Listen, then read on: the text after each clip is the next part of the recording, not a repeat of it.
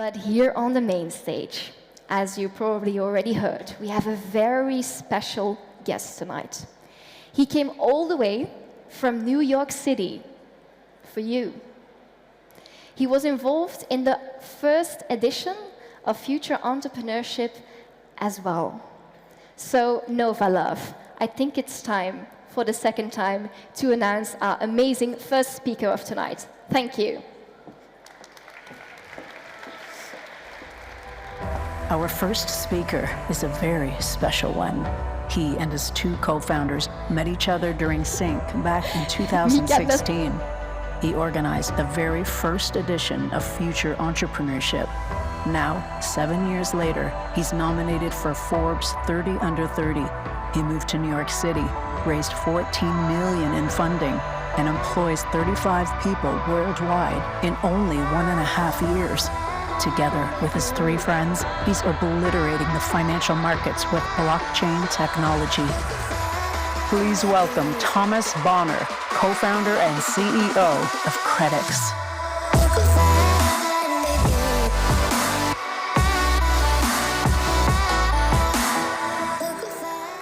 Hello, hello. I thought I was going to miss this rockstar introduction, but I got it twice tonight. Thank you, Sync, for that. So hello, everybody. My name is Thomas Bohner. I'm the CEO and founder of Credix. And so Credix is a global financial technology platform that connects investors from all over the world with credit opportunities and borrowers in emerging markets. We raised $14 million. We were selected for the Forbes 30 Under 30 list. We were selected for Y Combinator in San Francisco, and we chose to not take part into the program. And we just recently closed a $200 million partnership with one of the largest global financial institutions in the world. But that's, of course, not how it all got started. And so tonight, I want to tell you a bit more about the journey that we went through, about the lessons that we learned, about what we do at Credix, and what we have learned as entrepreneurs so far.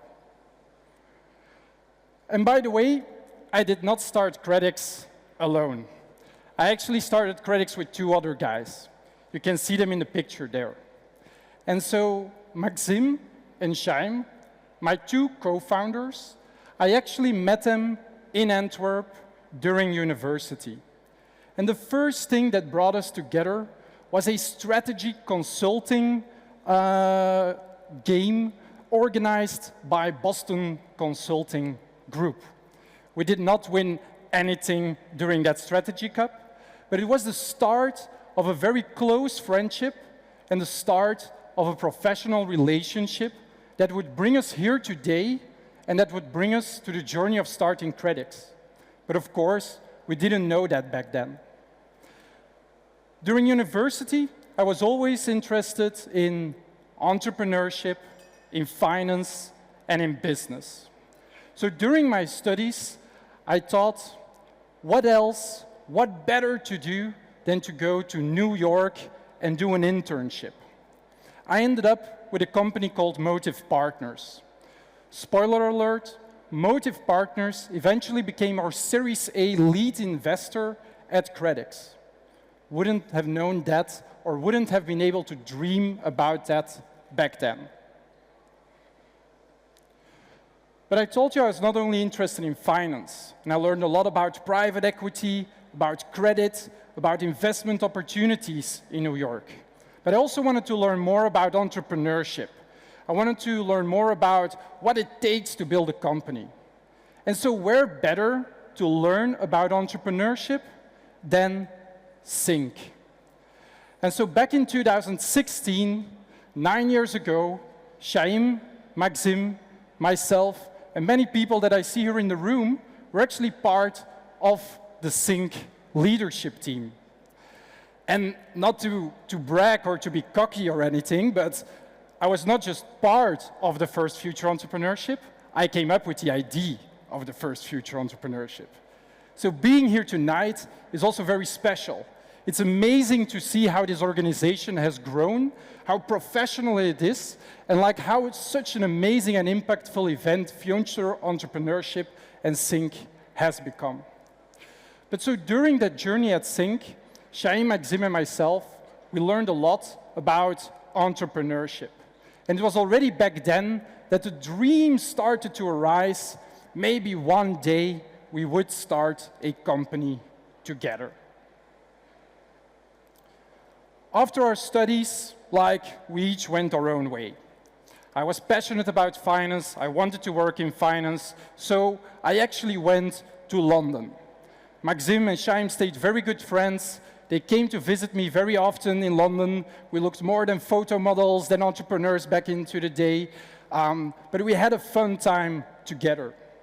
And it was during that time in London that I, for the first time ever, heard about concepts like Bitcoin and crypto and blockchain. I was working for a consultancy company back then. I was doing a big project with a large bank in London. We were doing an implementation of a credit card system. I was young, I was ambitious. What did I know? I went to my client and I said, forget everything about what you know about credit cards and payments. The future is blockchain and crypto. That's what we should be looking at. They told me very quickly, it's only for drug lords, it's only for criminals, and it's never gonna change the world of finance. But I was dedicated, I was passionate. I felt that the technology could truly change and truly mean something. So I started diving deeper into it. I started going to events, and I started to learn more about blockchain technology. That eventually led me to meet the CEO of a company called Intellect. Intellect was a payments company, and again, I'm a bit cocky, I'm young, and so I tell him, look, I think you're gonna be out of business in 5 years. Blockchain is gonna eat the world, it's gonna change everything, your old school implementations, they're never gonna fly. I don't think he really believed me, or he believed anything that I was saying, and in the end, he also got it right.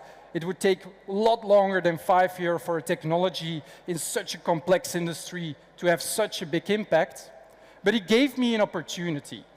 He gave me an opportunity to join the company and to start as an intrapreneur to build my own business unit, the blockchain business unit. So here I am, 24 years old, knowing nothing about business, knowing nothing about how to grow a team, knowing nothing about technology hands-on, and I have to build this business unit from scratch. So who else to hire best first than my two good friends, Shaim and Maxime? So I hired Shaim in the team to run sales and marketing, and I hired Maxime in the team to run product and engineering. We stayed with the company for about 4 years.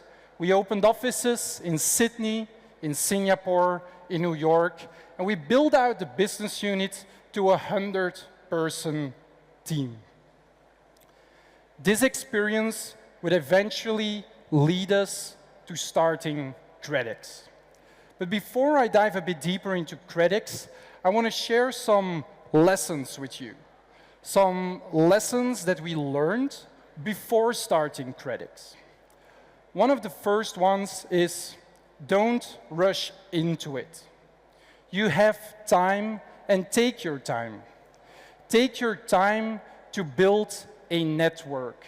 Take a time to build experience. Take a time to build relationships and find your passions. Just as an example, during my time at Intellect, we had a client called DRW, who eventually became the lead investor in our seed round. During my internship at Motive, I always maintained relationships with those people, eventually leading into our Series A investment. It's all about a founding team. It's all about creating a founding team with co-founders that you can trust and that you can work together with. And friendships and professional relationships do work, but be careful. Be open, be transparent with each other, and learn from each other. Make sure that you're complementary. Like I said earlier, Maxime is very technical. He knows about product and engineering and building developer teams. Shaim is very good in sales and marketing. Me, myself, I like to work on strategy and big ideas. And so from the beginning, we had a very strong trust and friendship relationship, but we also were very complementary in how to build a business together. Hustle, hustle, hustle. If you want to start a global company, if you want to become an entrepreneur, you will have to work hard. You will have to build a work ethic. Just to give you an example, right before we started Credix, the last 6 months while we were at Intellect, we were already validating the idea, building a proof of concept, testing out the minimum viable product, speaking to potential investors and clients, putting our own time and money into it, doing 2 jobs at the same time, spending long hours and nights and weekends. But it's also that work ethic that led us eventually to grow and scale Credix very quickly. And then lastly, something that I heard here on the stage as well, just do it. There will never be a perfect moment to start. You have an idea, and one day you see a competitor popping up in the market. The macro environment for fundraising might not be ideal at this point in time. There is always going to be something. You're not in the business of predicting the future. So just do it. Now, I want to talk a bit more about Credix. What is it that we actually do, and what is it that we actually have built? So Credix is a platform, a marketplace. And on one side of the marketplace, we have investors. Our investors today are mostly financial institutions. These can be banks, asset managers, hedge funds. These global investors are looking for new, unique investment opportunities in a digital, transparent, data-driven kind of way. And so we connect them with borrowers mostly in emerging markets, countries like Brazil, Colombia, Mexico. Now, why have we picked those countries? It is because in those countries, it is not that straightforward to get a loan from the bank. If you want to buy a car, if you want to buy a house, you cannot just go to the bank. 75% of the people cannot get a loan from the bank still today. And that is not necessarily because of their creditworthiness. That is because of a lack of infrastructure, a lack of local capital, and a lack of clear digital experience for investors to enter that market. So let's make it concrete. Let's take car loans. You are in Brazil and you want to get a loan to buy a new car. Today, you cannot go to the bank. The bank will not give you that loan. So what happens? Locally, entrepreneurs start to think about solving that problem. And so they start what they call fintech companies. And those fintech companies say, hey, we will bank the unbanked. We will provide them financing. And so they build digital platforms to provide car loans. One of our partners, Credix, is exactly doing that. But now there is a problem, because to lend out money, you need money. And so those local entrepreneurs and those fintechs can connect with the Credix platform, upload their data, and use our distribution system, our marketplace, our technology to find capital. And under the hood, this whole process happens through blockchain technology. And that is the real power of blockchain, having a real world impact. And that is where we think differently. We're not thinking about trading the cryptocurrencies, but about actually leveraging the technology to transfer value and have a positive impact. Now, where are we with Credix today? We started the company 18 months ago. We have raised $14 million in equity financing from private equity firms like Motive Partners, venture capitalists like Valor, and strategic credit funds and partners like Victory Park Capital. We have originated more than $40 million worth of loans since we launched the product about 12 months ago. We have returned about $3 million in interest to our investors on the platform, and we just closed a $200 million partnership with the largest asset manager in the United States. This will allow us to scale and to bring the platform to the next stage. So we had some lessons learned that we spoke about before Credix. Now let's speak about some lessons learned during Credix. Ideas versus execution. Ideas alone are not worth a lot. You have to execute upon them, and you have to learn how to become an operator. You have to learn how to validate your ideas quickly and how to test them in the market. Once we launched Credix, it only took us 3 months before we had the first MVP out there in the market. No, it did not look beautiful. No, it did not work perfectly. But it allowed us to go to a borrower in Brazil and to test out the product, which created a magical moment to transfer the first $1 million over the platform very quickly. But the most valuable thing out of it was that immediately we got client feedback. So by executing, we could grow the company and we could go to the next stage. Determination. Shit will happen. Every day, every week, every month.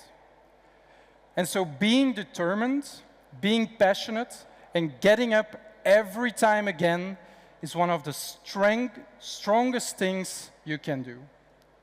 Just to give you an example, the same week that we with Credix and the founding team were selected for the Forbes 30 under 30, very nice, very prestigious. We got a lot of marketing and traction around it.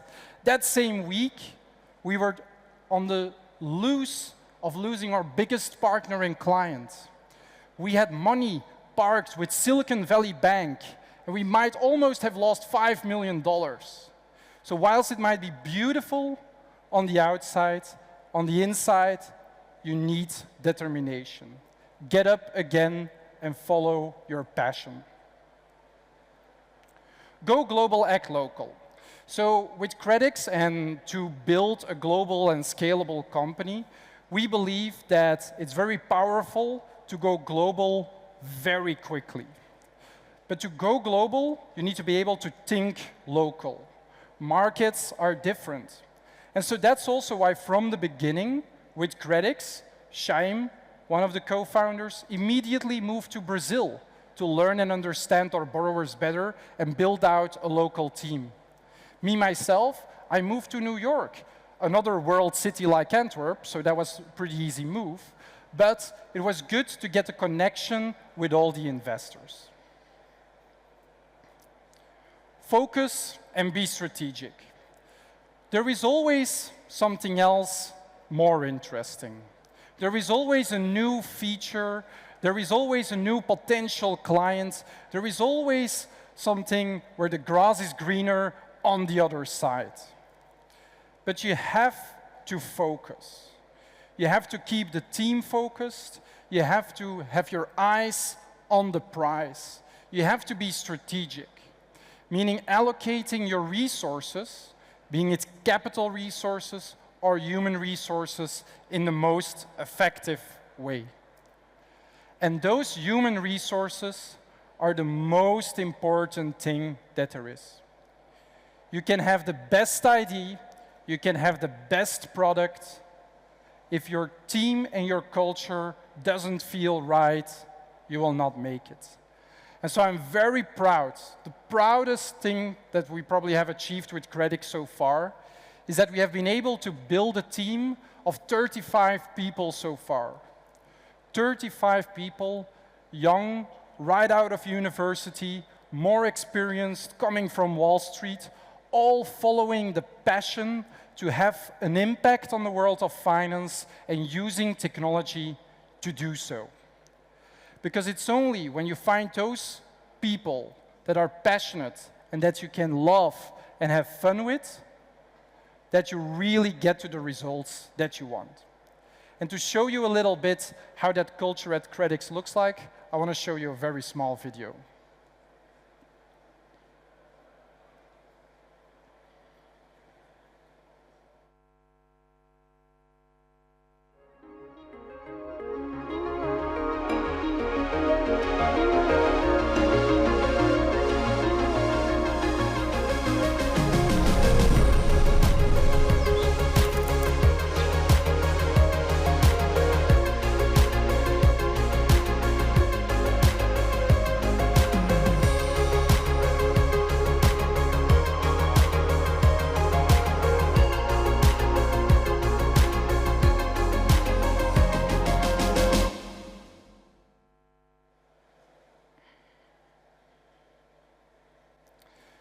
So I just want to end with saying, if any of the students are interested in joining a fast-growing startup, we have an office here in Antwerp, right around the corner.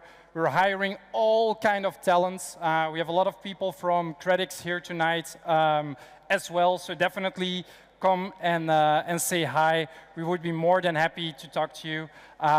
And then there just rests me one thing to do, and that is to give a massive congratulations and thank you to the whole Sync team, and thank you to the audience for being here.